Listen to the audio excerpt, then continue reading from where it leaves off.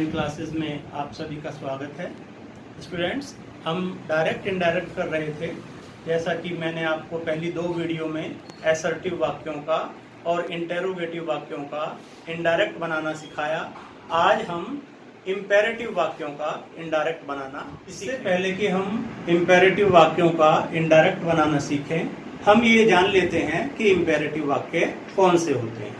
जैसा कि मैंने आपको अपनी पहली वीडियो में बताया था, टाइप्स ऑफ सेंटेंसेस में हमने समझ लिया था कि इम्पेरेटिव वाक्यों को हिंदी में आज्ञा सूचक वाक्य कहते हैं। वे वाक्य जिनमें कोई आदेश, कोई प्रार्थना, कोई सुझाव या कोई निषेधाज्ञा दी जाती है, वे वाक्य इम्पेरेटिव वाक्य कहलाते हैं। तो अब देखिए इन वाक्यों का इम्पेरेटिव कैसे बनाते हैं। तो इन वाक्यों का इनडायरेक्ट बनाने के ये नियम हैं। ये नियम देखिए आप।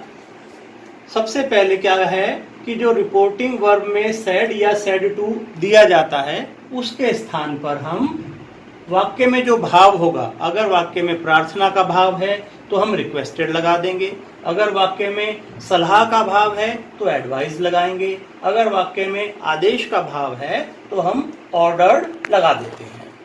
जो नेगेटिव वाक्य होते हैं, जो डू नॉट से शुरू होते हैं या नेवर से शुरू होते हैं, उसमें हम डू नॉट के स्थान पर फॉरबिड लगा करके टू से जोड़ते हैं वाक्य को, और नेवर के स्थान पर एडवाइस लगा करके नेवर टू से जोड़ते हैं। अब रिपोर्टिंग वर्ब और रिपोर्टेड स्पीच को टू से जोड़ दिया जाता है। अब हम एग्जाम्पल के जरिए इन्हें एग्जाम्पल देखिए। The fox said to the crow, please sing a song for me। तो ये देखिए, इसका जो जब हम हिंदी बनाते हैं, कृपया मेरे लिए एक गीत गा दीजिए, तो इसका भाव किस चीज का है? कृपया। तो ये रिक्वेस्ट कर रहा है, तो हमने बताया कि भाव के अनुसार ही हम उसको said to को रिक्वेस्टेड, एडवाइज्ड या ऑर्डर में बदल देते हैं। तो पहले वाक्य में रिपोर्टेड स्पीच को हमें पढ़ने से पता चला कि इसमें रिक्वेस्ट का भाव है, तो इसीलिए हमने सेड टू के स्थान पर रिक्वेस्टेड लिख दिया। The fox requested the crow, और रिपोर्टिंग वर्ब और रिपोर्टेड स्पीच को हमने टू से जोड़ दिया। ठीक है, इससे हमने टू से जोड़ दिया, तो बन गया the fox requested the crow to sing a song for him. Me है, मी फर्स्ट पर्सन है, और ये बदलेगा किसके अनुसार? सब्जेक्ट के। सब्जेक्ट क्या है? द फॉक्स, यानी थर्ड पर्सन। तो इसीलिए हमने इसको मी को हिम में बदल दिया, क्योंकि ये ऑब्जेक्ट के रूप में है यहाँ। तो मी का ऑब्जेक्ट थर्ड पर्सन में हिम होता है। तो ये हो गया पहला सेंटेंस। दूसरा देखिए। Mohan said to Anil, please help me. इसमें भी वही कृपया का भाव है, रिक्वेस्ट का भाव है, तो वही हमने यहाँ किया। Mohan requested Anil to help him. ठीक, तो ये दो वाक्य रिक्वेस्टेड के हो गए। अब ये दो वाक्य हैं, इसमें भाव देखिएगा। The teacher said to the boys, अध्यापक ने लड़कों से कहा, sit down and do your work, बैठ जाओ और अपना काम करो। तो इसमें क्या है? आदेश का भाव स्पष्ट हो रहा है, तो इसीलिए हमने सेड टू के स्थान पर ऑर्डर्ड कर दिया। The teacher ordered the boys to sit down and do their work. Your को बदल दिया हमने देयर में। योर किसके अनुसार बदलेगा? बॉयज के अनुसार, और क्योंकि ये पॉजेसिव केस है तो बॉयज का पॉजेसिव केस क्या हो गया? देयर। ठीक, अगला उदाहरण देखिए। The master said to the servant, मालिक ने नौकर से कहा, bring some sugar from the market. ठीक है, वो जगह की कमी की वजह से दाने लिखा था।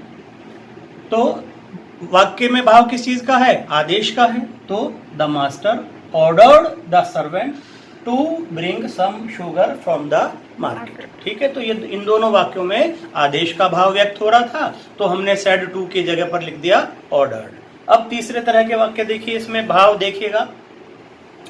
The teacher said to Ram, अध्यापक ने राम से कहा, work hard and do your best, अपना कठिन परिश्रम करो और अपना सर्वश्रेष्ठ प्रस्तुत करो। तो इसमें किस चीज का भाव स्पष्ट हो रहा है? इसमें स्पष्ट हो रहा है कि अध्यापक सलाह दे रहे हैं, एडवाइस कर रहे हैं। तो देखिए सेड टू की जगह पे क्या लिख दिया? Advise. The teacher advised, the teacher advised Ram to work hard and do his best. ठीक है, अब अगला देखिए, ये भी इसी तरह का भाव है इसमें। The doctor said to me, doctor ने मुझसे कहा, स्टॉप टेकिंग ऑयली फूड, तैलीय भोजन लेना बंद कर दो।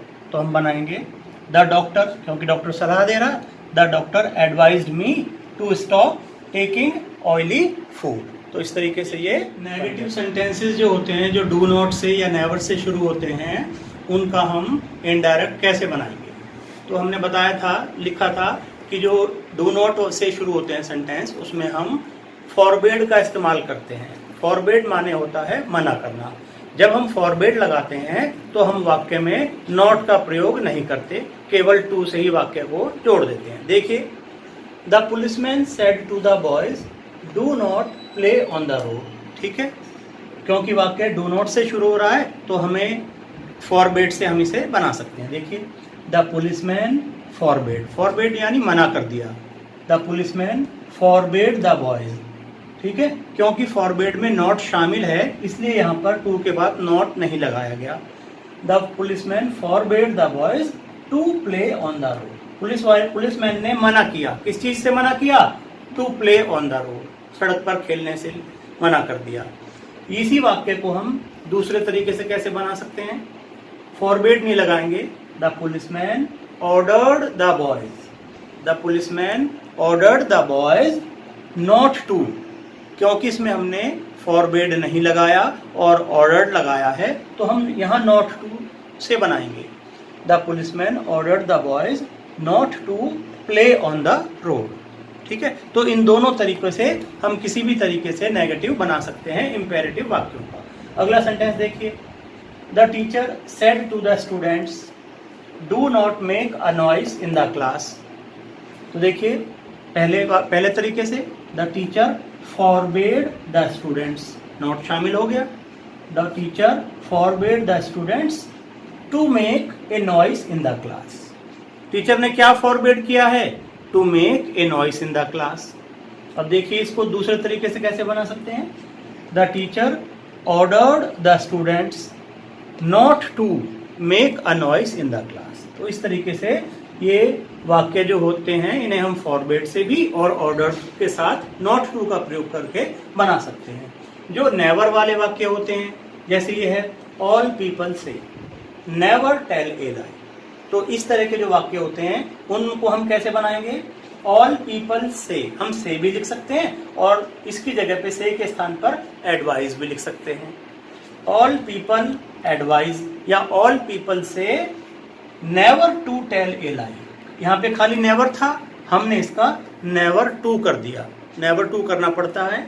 अब देखिए दूसरा sentence, my mother said to me, मेरी माताजी ने मुझसे कहा, नेवर टीज द ओल्ड, बूढ़ों को कभी मत सताओ। तो देखिए, माई मदर एडवाइज्ड मी। ठीक है, माई मदर एडवाइज्ड मी, फिर वही नेवर की जगह पे never to tease the old. तो इस प्रकार से ये नेगेटिव सेंटेंसेस का हम इनडायरेक्ट बना लेते हैं। इंपेरेटिव वाक्यों में ही जो लेटेस्ट वाले वाक्य होते हैं उनका इनडायरेक्ट कैसे बनाते हैं, उसके लिए जो डायरेक्ट वाक्य में सेड टू दिया हुआ होता है उसे वाक्य के भाव के अनुसार सजेस्टेड, प्रपोज्ड या रिक्वेस्टेड आदि में बदल देते हैं। और जो रिपोर्टेड स्पीच में लेट अस दिया हुआ होता है उसके स्थान पर दैट दे शुड लिखते हैं। या अगर रिपोर्टिंग वर्ब में अगर फर्स्ट पर्सन आ जाए, चाहे तो यहाँ ऑब्जेक्ट के रूप में, चाहे यहाँ सब्जेक्ट के रूप में, तब हम इस लेट अस के स्थान पर दैट वी शुड लिखते हैं। अब एग्जाम्पल से समझेंगे। देखिए, पहला सेंटेंस है, Mohan said to Rekha let us go to a movie. Mohan ने रेखा से कहा, let us go to a movie, चलो एक मूवी चलते हैं। तो हम सजेस्टेड भी लगा सकते हैं या प्रपोज्ड भी लगा सकते हैं। प्रपोजल रख रहा है या सजेस्ट माने सुझाव दे रहा है, आप इनमें से कुछ भी एक सेलेक्ट कर सकते हैं। ऐसा कोई हार्ड एंड फास्ट रूल नहीं है 12th स्टैंडर्ड तक के लिए कि आपको इनमें से अगर आपने सजेस्टेड लगा दिया तो गलत कर दिया जाएगा या प्रपोज लगा दिया तो गलत कर दिया जाएगा। इन दोनों के कारण आपका सेंटेंस गलत नहीं हो सकता, आप इनमें से कुछ भी लगा सकते हैं। तो Mohan suggested Rekha that they should इसलिए लिखा है हमने क्योंकि यहाँ पर कहीं भी फर्स्ट पर्सन नहीं है, ना तो सब्जेक्ट में ना ऑब्जेक्ट में। ठीक है, अगर फर्स्ट पर्सन नहीं है तो हम दैट दे शुड लिखेंगे।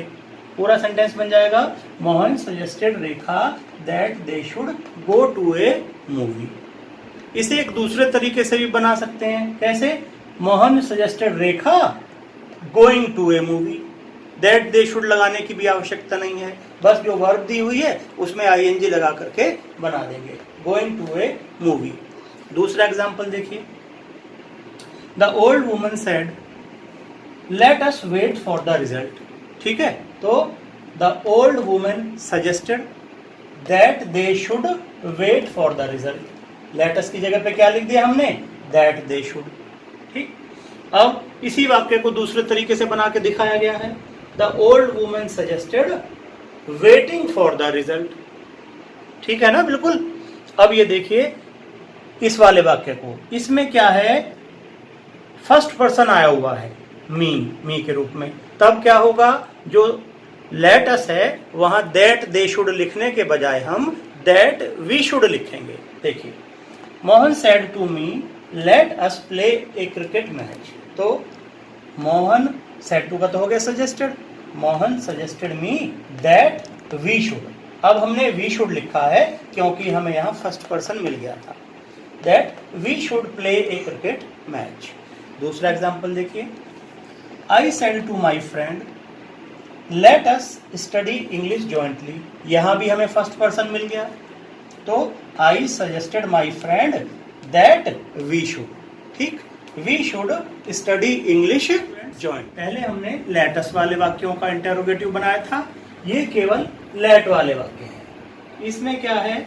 जब हम इनका इंटेरोगेटिव बनाएंगे तो वाक्य में दिए गए सेड या सेड टू के स्थान पर वाक्य के भाव के अनुसार एडवाइज्ड, रिक्वेस्टेड, अर्ज्ड माने होता है आग्रह करना, बेग्ड विनती करना, ऑर्डर्ड, कमांडेड, विश्ड, सजेस्टेड और भी जो अन्य शब्द प्रयोग किए जाते हैं वे हम लोग इसमें भाव के अनुसार इस्तेमाल करते हैं। अब देखिए, रिपोर्टिंग वर्ब और रिपोर्टेड स्पीच को जोड़ने के लिए टू लगाते हैं। टू के साथ साथ जो वाक्य में लेट दिया होता है रिपोर्टेड स्पीच की शुरुआत में लेट, वो लेट भी साथ में लिखते हैं। टू लेट पूरा लिखते हैं साथ में। ठीक है, टू लेट पूरा साथ में जोड़ते हैं। अब उदाहरण के माध्यम से समझिए, the boy said to the teacher let me do this work. ठीक, लेट मी है ये, लेट अस नहीं है इसमें। द बॉय सेड टू की जगह लिख दिया रिक्वेस्टेड, क्योंकि लड़का क्या कह रहा है? Late me do this work, कृपया मुझे यह काम करने दीजिए, तो इसलिए हमने रिक्वेस्टेड लगा दिया भाव के अनुसार। The boy requested the teacher, अब टू लेट से जोड़ दिया। The boy requested the teacher to let me को बदल दिया हमने किसके अनुसार? मी फर्स्ट पर्सन है तो सब्जेक्ट के अनुसार बदल गया, यानी कि हिम हो गया। The boy requested the teacher to let him do this का कर दिया दैट। ठीक है, दैट सम ये दैट वर्क, दैट वर्क। अब देखिए अगला सेंटेंस, द जज said to the client let me hear your case patiently. ठीक, तो बनाएंगे द जज भाव के अनुसार एडवाइज्ड, द जज advised the client, to let से जोड़ दिया, to let him hear his. अब ये हिज किसके लिए लगा है? ब्रैकेट में हम यहाँ पर इसके लिए लिख देंगे patient, to let him hear his case patiently. अब अगला देखिए, द डॉक्टर सेड, डॉक्टर ने कहा let this woman weep as much as she can. Doctor ने क्या कहा? लेट दिस वुमन वीप, इस औरत को जितना ये चाहे रोने दीजिए। तो डॉक्टर ने सलाह दी है। The doctor advised, the doctor advised to let this का कर दिया that, to let that woman weep as much as she, और इस कैन का कर दिया कुड। ठीक है, अंतिम वाक्य है, the captain said let the soldiers cross the border. कप्तान है फौज का, कमांड कर रहा है, तो ये हमने कमांड लगा दिया इसके लिए। The captain commanded to, the captain commanded to let, पूरा लिखा, the captain commanded to let the soldiers cross the road. इस प्रकार से इम्पेरेटिव वाक्यों का हम इनडायरेक्ट बना सकते हैं।